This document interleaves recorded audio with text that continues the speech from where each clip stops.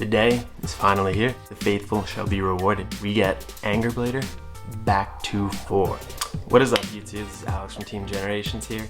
Super excited to bring you an updated Angerblader deck profile. That's right, Angerblader back to 4. This is post November 24th, 2020 ban list. We no longer have to run Gaia and make sad dinosaur noises, so super happy to bring this to you guys. I was debating for so long, should I be releasing a one Angerblader deck list. Super glad I didn't, because now I can bring the full iteration of the deck. So without further ado, let's jump right into it. No pros and cons, let's just get right into it so you can go play some max powered dinos. Alright, jumping right into it, super happy to be able to say this. We are running 4 Thundering Sword Angerblader.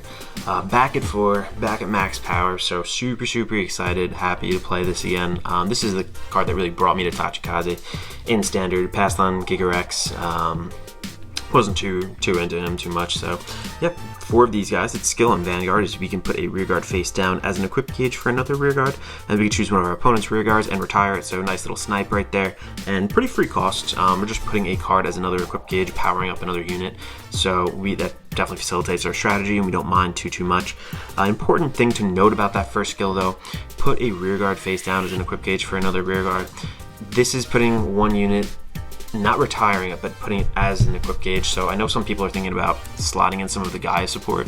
I just don't think it synergizes that well with the text of that skill, because a lot of the grade 1 and grade 2 need to be retired in order to pop out another card from its gauge and multi-attack. So it is possible with another card, another 1 or 2 cards that we are running, but for this deck I kind of didn't really focus on that too much. I just wanted to pretty much build a pure Angerblader and add a few cards to really help us with consistency. So its second skill also, just to kind of review, is when it attacks, we can counterblast 1, stand 3 of our rear guards with 3 or more equipped gauges each, and then all of our front row units get plus 5,000 to the end of turn. So super powerful, allows us to multi-attack like so many other clans are now able to do in Standard. So we are running him at a 4 of. That's the only grade 3 that we are running. The heart and soul of the deck, and heart and soul of many Tachikaze players' joy.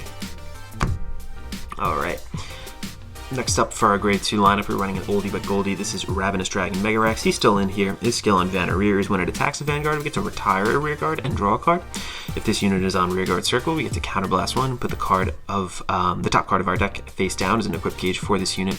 Gets an additional plus 5,000 to the end of battle for each of the equipped gauges on this unit. So we typically always want to have him on a rearguard circle. Not terrible if we have it on Van, but still kind of facilitates our strategy, and his text is to retire another rearguard. So if you really want to slot in some of that Gaia support, the grade 1 or grade 2 that when they attack they get a gauge, when they retire, I'll put them up on the screen. When they retire, they can call out a card from their gauge. If you wanted to, he does make them work. I just don't feel like it's 100% necessary. Like, we're already getting multi-attacks as is. We don't need additional ones. We're just looking to stack equipped gauges on people and really get powerful attacks. Speaking of stacking equipped gauges, this is our main grade 2, almost like the boss unit of this deck, honestly. This guy is Clear Out Dragon Sweeper Agricanto. Its skill is auto on rearguard circle once per turn. When it attacks the Vanguard, we could put the top card of our deck face down as an equipped gauge for this unit, and also this unit gets an additional 5,000 for each of this unit's equipped gauges, and if it has 3 or more equipped gauges, it cannot be chosen by our opponent's card ability. So super nice that it's not going to be sniped from a bind from Narukami. It's not going to be taken out by like PBO, or I don't even think Kradora's Cradle can really affect it. Cannot be chosen by your opponent's card abilities. Yeah, you can't choose to put a Cradle on there, so that does make sense. Also, just a heads up, I see some people do this. The first skill is once per turn, so when it restands, it doesn't add another gauge. Just wanted to throw that out there, and I really love the art on this guy. It's super nice, like an opaque kind of shine to it. I don't know if you guys can really see that on camera, but yeah. Running that at a 4 of. This is our main guy that we want to put gauges on. Speaking of putting gauges, this guy, Turbo Similidon, allows us to do so. Its skill is when placed, or when it attacks a Vanguard, we may put the top card of our deck face down as an equipped gauge for one of our rear guards. Just super nice because you get 2 equipped gauges on the turn that you call this guy.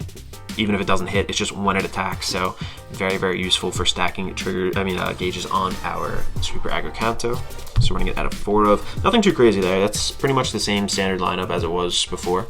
So we are continuing on that route. This is where things kind of start to change. So first up, I am running 4 of our grade 3 searchers. This is Prismbird. Its skill is if it gets a new equip gauge, if a new equip gauge was placed this turn, we get an additional 5,000. So it becomes a 13k booster, pretty solid, not too crazy. Also, it has that searching skill. We can find a grade 3 from the top 3 and ditch a card from our hand. So again, just kind of adding to the consistency of this deck. This was not around last time.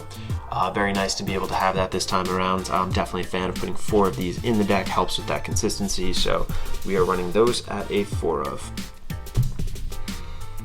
Next up, another consistency card. It's pretty cool, pretty different. I don't see this run in too many decks.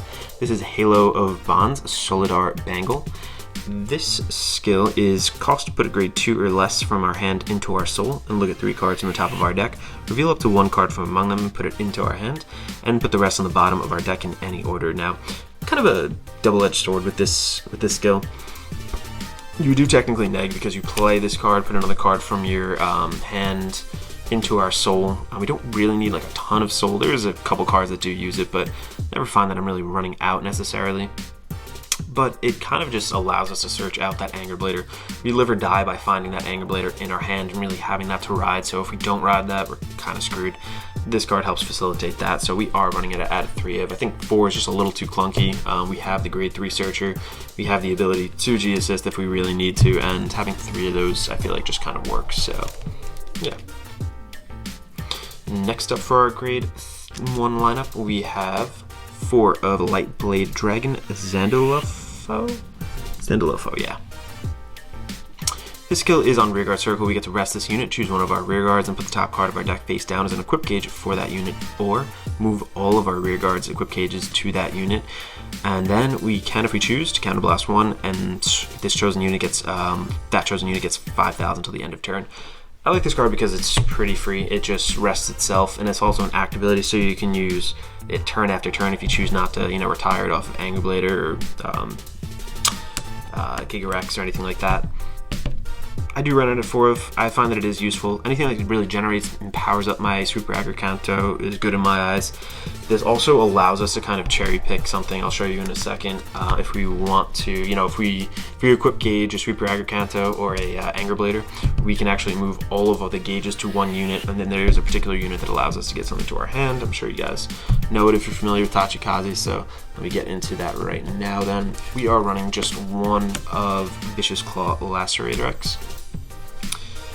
I find that with too many of these, it's just not super beneficial. Like, I'm trying to get all those triggers on there. I'm not worried about multiple Angerbladers. I just really need it once. So if I see this, and if I'm able to put the Angerblader as a gauge onto this unit, kill it with something else, I can move all of the gauges with this guy onto the Lacerator Rex, sacrifice this, retire it, whatever it may be, and I can get that Angerblader to my hands. So I'm just kind of teching it in at 1. You can up this if you want, but I am choosing to just run it at 1. It's nothing too crazy. Moving on to another 4 of in our grade 1 slot. This guy's Angry Roar Dragon, Roborayo. I always mess that up. On Rearguard Circle, when placed, we can Soul Blast 1, put the top card of our deck face down as an equip gauge for one of our other rearguards, and that unit gets an additional 5,000 until the end of turn for each of its equip gauges. So this essentially makes your Super Aggro Kanto, instead of just +5, it makes it +10 for every single equip gauge. So if you have, like 5 equip gauges on there, I mean, you're swinging 59 with this guy, which is absolutely insane, plus another 5 from Angerblader when he stands up again, so that makes it like 64. Very powerful, works super well in combination with this card, so I'm maxing this guy out. This is such a good card, and it's not like a once per turn per name or anything, so if you have 2 of these, 2 Aggro Kantos, boom, pop them both down, Soul Blast 2, you have super powerful columns, and it is until the end of turn, so it's not like that goes away. Alright, and lastly in our last grade 1 slot, this is kind of up in the air. You can change this if you would like, but I am running 1 of the Savage Trooper. The skill is this unit gets +5,000 for each of this unit's equip gauges. Sometimes we just can't find our Super Aggro Kantos. This guy is a nice substitute. It's not a 9k body, it's an 8k body. But it is either a solid booster or a powerful attacker. Like, you can still use the Roborayo on it. I'm not even saying that, Roborayo. You can still use this on here and really power it up. You can still stand off of Angerblader skill if need be, so I am running it at a 1 of. If you really want to, you can bump some of the grade 1s down, like you can get rid of the Lacerate Rex if you really want. You can get rid of this guy. You can run that new Gaia support grade 1 or grade 2 for that matter. I feel like we're running enough grade 1s in here that allows you to multi-attack if you're willing to risk it. I personally don't think that's ideal. Like when I was running the 1 Angerblader deck, I found that I didn't run into Mega Rex enough to really get that off with consistency with the right gauge that I really wanted for a multi-attack. Plus, you know, our units aren't buffed up by Gaia's, you know, the whole like gauge thing, so like where you get the additional +5, so I just didn't find it was as effective. We're already multi-attacking and we're not looking for too much more there. All right, moving into the triggers then. We are running 4 heal triggers, surprise, surprise, and we are running 4 draw sentinels. We are running 3 regular draw triggers, and we are running, I believe it's 1, 2, 3, 4, 5, 6, yes, 6 critical triggers. Overall, we're still looking to draw into our key pieces, and having these extra draw triggers really helps us do that. I still want to apply pressure, so I am running 6 critical triggers. If we swing with Angerblader, we hit a critical trigger, we can put that on a Sweeper Agricanto if, you know, they PG'd, whatever it may be, or we can finish out the game itself, but I find that you still do need that pressure. This definitely helps your draw power, but this definitely helps the pressure, so nothing too crazy there also. So I'm running that as my trigger lineup. And yeah, let's get into a test hand. Thank you guys for watching so far. If you guys are enjoying, please subscribe. Let us know what you do enjoy about this deck, what we would change, anything else that you have to comment, just let me know. And yeah, let's get into a test hand. Alright, so I think I forgot to mention, but I am obviously running a starter, still running Dragon Egg. I like this guy, kind of looks like the original version of an Angerblader maybe before he got his enhancements, so yeah, still running him. If you guys are enjoying the profile, like I said before too, please make sure to leave a like and subscription. We definitely appreciate that. Was that upside down? No. Cool. Alright, so let's draw our hand right here. Again, super happy they brought this guy back to 4. Tachikaze can maybe still do something, we'll see, no meta. But alright, opening up. We opened up pretty nicely here. I'm actually just going to put back 1. We have 2 Prison Birds, and we have an Agricanto and a Angerblader. So let's draw 1. We do get another one. Ooh, wow. Let's hope we get another grade 2 to ride, because I hate riding Agricanto, because obviously we wanted him to get big to swing, so let's see. Let's keep shuffling up. Wow, that's a crazy hand to draw. Alright. Let's assume we go first, stand and draw. Alright, cool, we did get one. That's pretty beneficial. Let us ride, skill, draw for the ride, and then, yeah, skill, 1, 2, 3, 4, 5. We are going to look at the top 5. We did find one off of that, so that's pretty good. Let's add him to hand. Who are we going to drop now? Maybe drop another Prison Bird, because we don't really need to find another grade 3. Although you can just drop Angerblader if you want. Yeah, I think I might just drop Angerblader. There's so many consistency cards in our hand. Dropping an Angerblader. Why is this upside down? What the heck? And for anybody who truly knows, we got Rive, the original Tachikaze user from G, so. Alright, over to our opponent. I'm not going to use this card right now since I already have what I kind of want in my hand. Deck thinning is deck winning, but I don't really want to sacrifice. Actually, no. Let's actually do that. Let's do that because I can put the Prison Bird in. Yeah, let's do 1, 2, 3. Why are some of these upside down? Add 1 to my hand. Which one do I want? Let us add. Let's get a Mega Rex to our hand just so we have another ride target. And these 2 go to the bottom in any order. There we go. Put a card into our soul then. I'm gonna put the Prison Bird into our soul. Alright. Nice. Over to our opponent. Let's assume we take damage. Boom. Wow. Prison Bird Central. Alright, our turn. Stand and draw. We are actually going to ride the Mega Rex. When it attacks the Vanguard skill. Okay, so let us play this guy first. And this guy second. His skill when placed, I'm going to put an equip gauge to this guy. Oh no, we did an equip gauge as a heal trigger. Uh-oh. there is that. What else do I want to do? All right, I'm going to enter battle then. I'm going to swing, put another equip gauge onto this guy. And then skill. When it attacks a Vanguard, I'm going to retire another rear guard and draw a card. It's not a rear guard, so I can't do that whole little thing. All right, of course we draw a quick trigger. Why wouldn't we? Swing. No trigger. Next up, him. So then he becomes, I believe, 24, right? Yeah, 24 and cannot be targeted by our opponent's card abilities, which is awesome. So we attack. Go to our opponent now. Let's say we drop one of these guys, and then we take 2 damage. 1, boom, 2, boom. All right, and that shuts off everything. Stand and draw. Oh, another one. Wow, look at us. Wish we had something more to kind of buff it with. We're gonna ride this.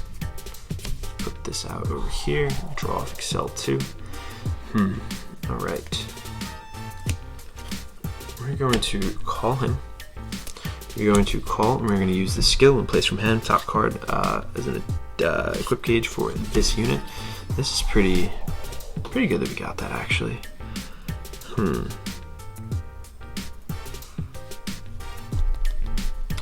gonna do something a little spicy, but we're actually gonna retire him.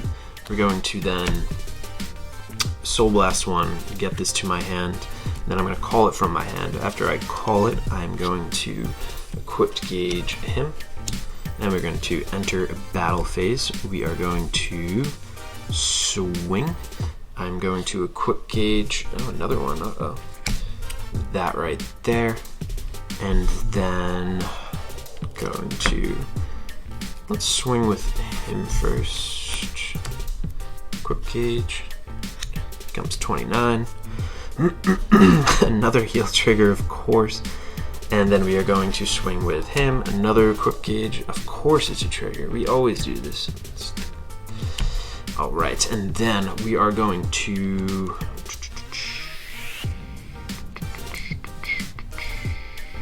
yeah, let's do this. Let us swing. Counterblast 1, when it attacks, yeah, counterblast 1. Stand all over other rear guards. They get an additional +5/+5. 3 units actually in our front row. 3 of your rear guards, equip gauge, all your front row units is +5. So this is actually 17. A lot of people forget about that skill. This is 1. This is 2. All right, we've got another Angerblader to ride into. Wow. Going next, swing, swing. All right, here we go. So that's kind of just the gist of the deck.